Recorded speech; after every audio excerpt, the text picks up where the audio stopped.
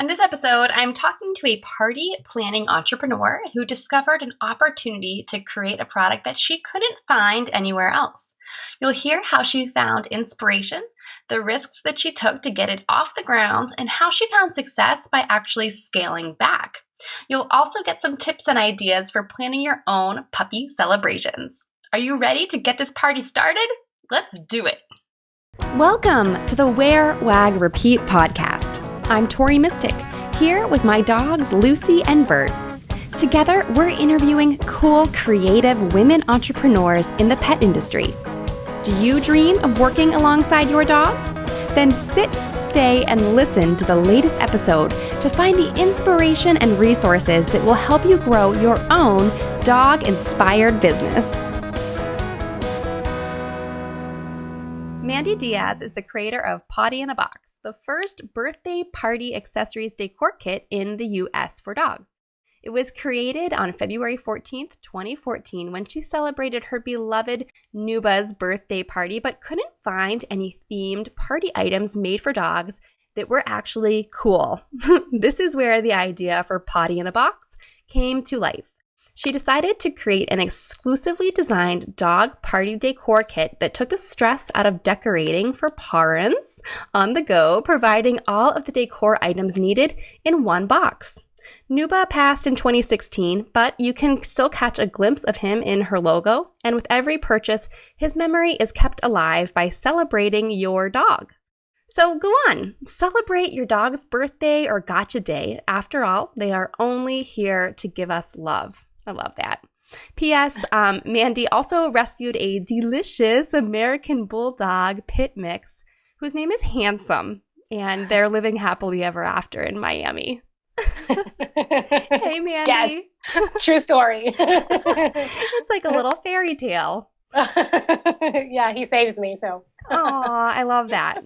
Well, I want to hear all about your dogs, but let's talk business first, then we'll get into the dog stuff. So tell us a little bit about Pawty in a Box and sort of when you went shopping back in 2014, like what were you finding and how did you come up with this idea?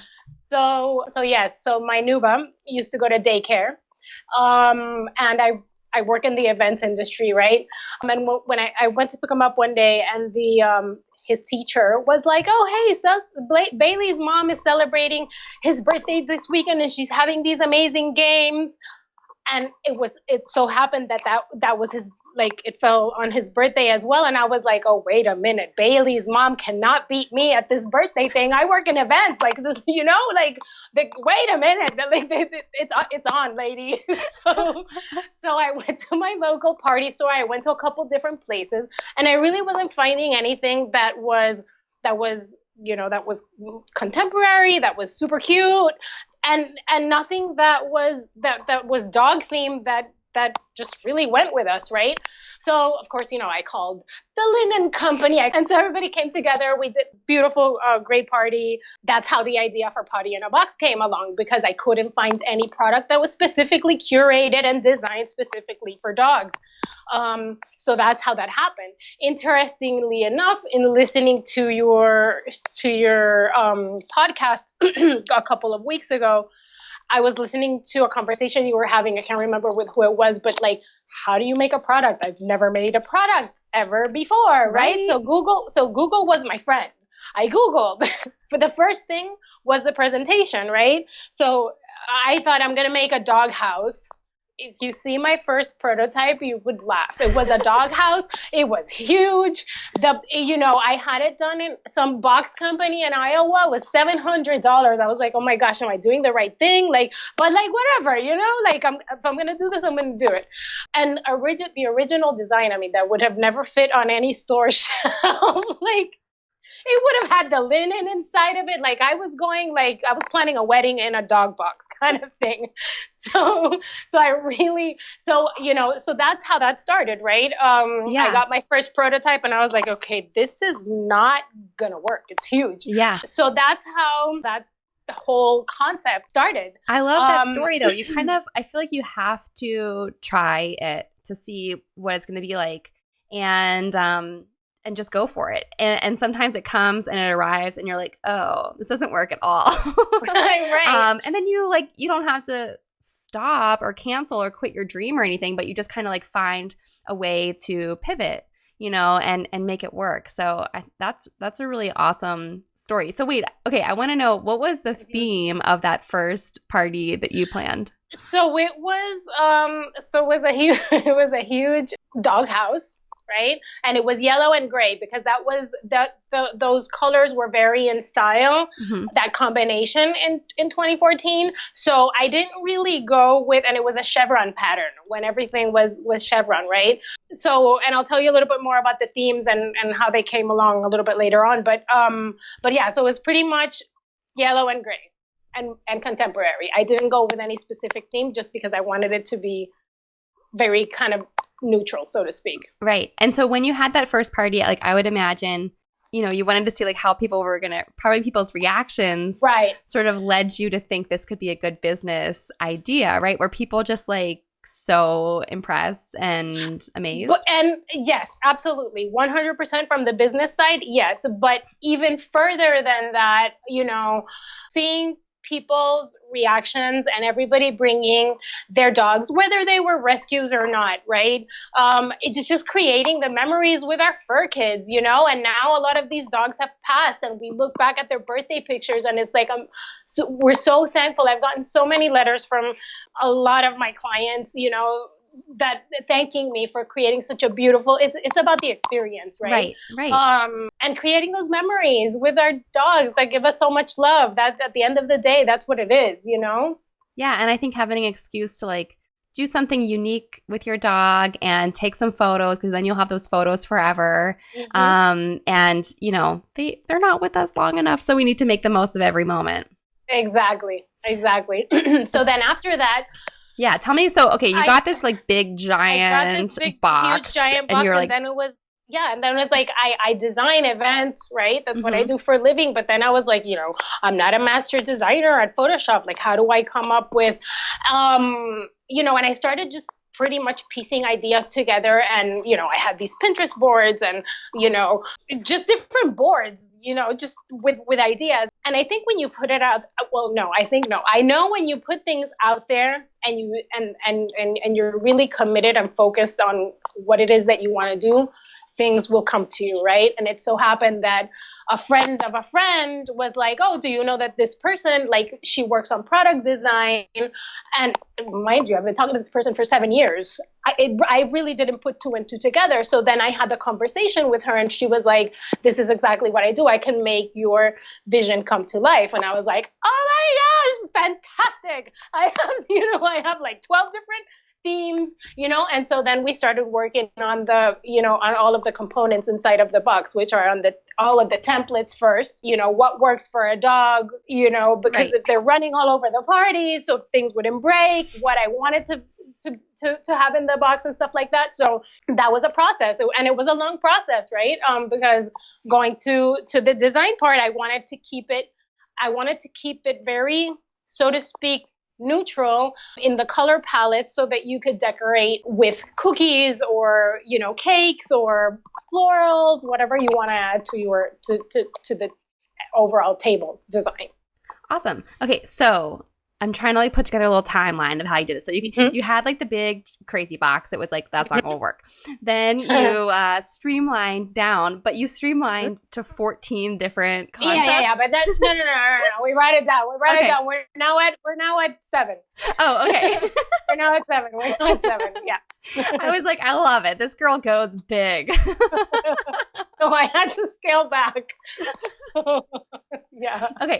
So you had 14 different ideas and then you kind of narrowed it down to like 7 key themes, and those became like your like products, basically, like these 7 different themed boxes that people can buy. So so tell us about like what goes in the boxes. Like, what did you have to, you were talking about listening to different episodes of the show and learning how to like make a product, because if you don't know how to do it, then you don't know how to do it. So like, how did you figure out like what did you have to make, or are there things in the box that you buy wholesale that you put in there? Like, how does it all come together? So everything that's inside of the box is actual paper product. But it's very thick, right? So we have, like, for example, bow ties and flowers that go around the dog's necks. But again, they're very durable. I went back and forth on the whole, should I? Because everybody would say, oh yes, go to China. Okay, it's go to China. Sure, I'm gonna fly over there and be like, hello, can somebody help me? You know what I mean? Again, going back to, like, never done a product before, so. The original Pawty kit that I came up with was for a celebration of 8 dogs, right? Because that first party that I had for Nuba, I had maybe about 15 dogs, you know what I mean? So the first kit is for a celebration of, the large kit is for a celebration of 8 dogs. That includes the party banner, it has the party hats, it has accessories for the neck, which are the bow ties and the flowers. It has like little mini bowls that you can either put water, ice cream, or you can flip them over and use to put cupcakes on top of them to create height and dimension on your table.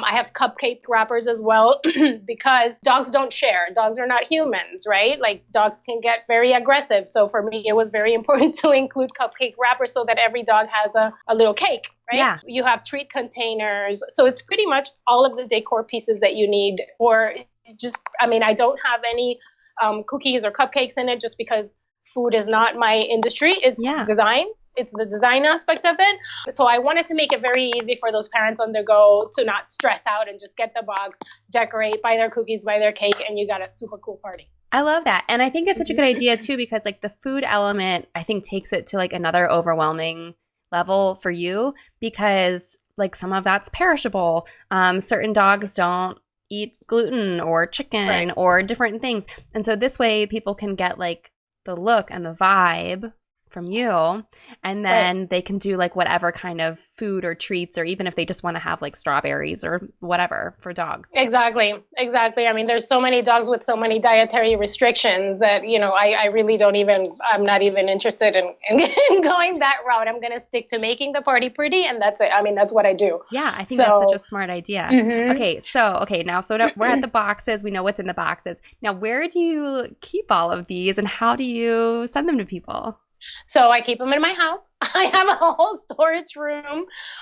There was another episode. It's funny because I really related to a couple different things that different female entrepreneurs were talking about. One of them was talking about that she created this blog with her mom.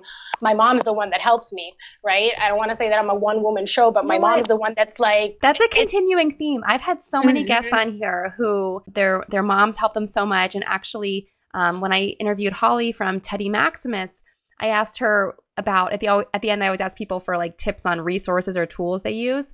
And hers was the most heartfelt answer I've ever heard. And it was her family as her support system. So, you know, I think that's something, a continuing thread amongst like dog moms is like, we also have like our real moms helping us. Well, that is her grand dog, right? And she wasn't really like, she loved dogs, but not as much as I did, and definitely, I mean, she's been in sales all her life, so from the business part of it, she's been a huge help. But she also does my UPS runs, and she does the trade shows with me as well, and so now she's a super dog lover, like you know. But she's definitely been a key part of the business for sure. Yeah, and so you have all the inventory there, and it's a matter of you or your mom kind of like putting the boxes together. And we put everything together. I send handwritten notes to every single one of my clients. I think that that's something that just definitely adds that additional love element. I mean, it is definitely a product that I came up with, and I just love it, you know. So every single person receives a handwritten note from me, something like, "Oh my God, send me pictures, please. I want to see your dog." Yeah, I know. Like beyond just having like cool pictures to use for your social media, I think that like we all just genuinely want to see other people's dog photos. So I do have a crush on a few that I haven't met also. Me too. I kind of want to go on a tour around the country just visiting dogs that I love on Instagram. Yeah. I'll show you a picture of my crush. His name is Owen. He's in LA. Oh, Owen. I'll have to put him on stories. Sorry to interrupt the interview, but I would love to see what you're doing while you catch up with the Wear, Wag, Repeat podcast. Take a screenshot of this episode in your podcast player or snap a selfie with your earbuds in. Bonus points if it's on a dog walk, and share it to your Instagram stories, tagging me at TMystic. I'll keep an eye out for mentions, and I would love to give you a shout out from my own account. Okay, now back to the episode.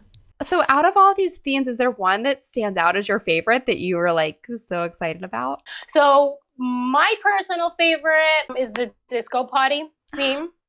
That just sounds because adorable. it's a very vibrant color palette. It's turquoise and it's just very vibrant, the colors. That is in competition right now with, I did launch the unicorn theme because like I said, my themes, I haven't mentioned them, but I have the disco Pawty. Mm-hmm.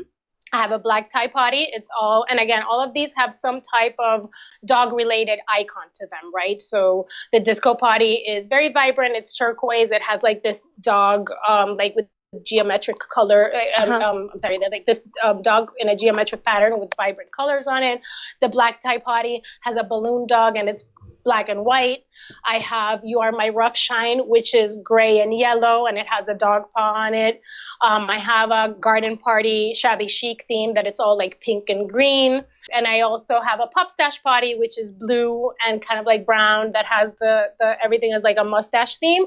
And then I launched the Unicorn Pawty because a lot of people were asking me for it, and that's definitely become one of our top sellers. And I'm about to launch a new theme, which I'm super excited about. Give us a little sneak peek. It's a donut theme. Yay! It's a donut theme. And the other thing that I was going to say was, so originally when I came up with the design, right, for the 8 dogs, because I went for the full-blown, I'm Latin. So I was like, let's do the quinceañero for 8 dogs. Everybody comes to the party. But I realized that not everybody the first or second year, celebrate with that amount of dogs. So I did a revision, and I have the mini Pawty box, which is for a celebration of 4. Mm-hmm.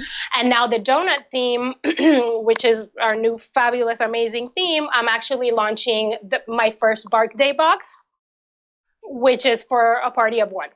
Oh, that's a great idea. idea. Doing party of 1, party of 4, and party of 8. So how did you decide that you wanted to do one for just one dog? Because I realized with a lot of my clients that usually the first year, they'll celebrate at home with their family and just the one dog. They'll do like a little cake. They'll buy like a pre-cake, a pre-mixed cake mix from any of the amazing companies that are out there. They'll celebrate at home, just one dog. So, and I've gotten a lot of requests for that. So that's why I came up with that. So now you have a choice, 1 for 8. Yeah, that's such a great idea. I see a lot of people, I think, just especially with like Instagram and how popular it is to have an Instagram account for your dog, that people a lot of times want to have like these amazing photos for Instagram, but it is just their one dog. They're not necessarily having like a whole party. Right. So it's such a good idea. And it's so funny because you see all these really cool pictures. I always do a BTS, like behind the scenes of getting, like everybody thinks that getting these pictures of 5 dogs with a hat is like, oh yes, just look at the cookie and grab the perfect picture. It takes about 7 people to get all of the dogs to look at the camera. Yeah. Do you have, so now that you've done all these dog parties or like been part of them or seen people's photos, do you have any advice on how to have a successful dog party? So I think there's a bunch of different things that we need. So for me, like safety is definitely something that you really need to know who you're inviting. If the dogs are, social with other dogs. I had a situation where I was invited to a party and the dog was not social. He got into a fight with my dog and I jumped right in the middle of it. I should have not, and I was the one that got hurt, right? Mm-hmm. So I think it's very important that parents, you make sure that you're inviting, dogs that know how to interact with each other. If it's at a daycare, even better. Just have fun with it. Just have fun with it. Just make it beautiful. So many dog moms get so flustered because they get so, flustered because they don't know how to decorate or they forgot about it. I had a girl reach out to me via Instagram last week while I was in California. And she was like, oh my gosh, I forgot to order my box, and we Ubered it to her. Wow. So, yeah. So if you're in my state in Miami, specifically, we can definitely Uber it to you, Oh, right? wow. So yeah, I think safety is the first one. I think having fun is the second for sure, and just make it look beautiful and just have a good time. I love it. So, in addition to all the stuff that we've been talking about, Pawty in a Box, like you mentioned, you have a full-time career doing event planning. So, how do you find the time to balance and have your own business on the side? So I will tell you, my mom gave me the best advice ever, right? She always told me there's 24 hours in a day. So you have to segment those 3 sections of 8 hours. You have 8, 8, and 8. 8 to rest, 8 for your, for your career that's paying for your dream.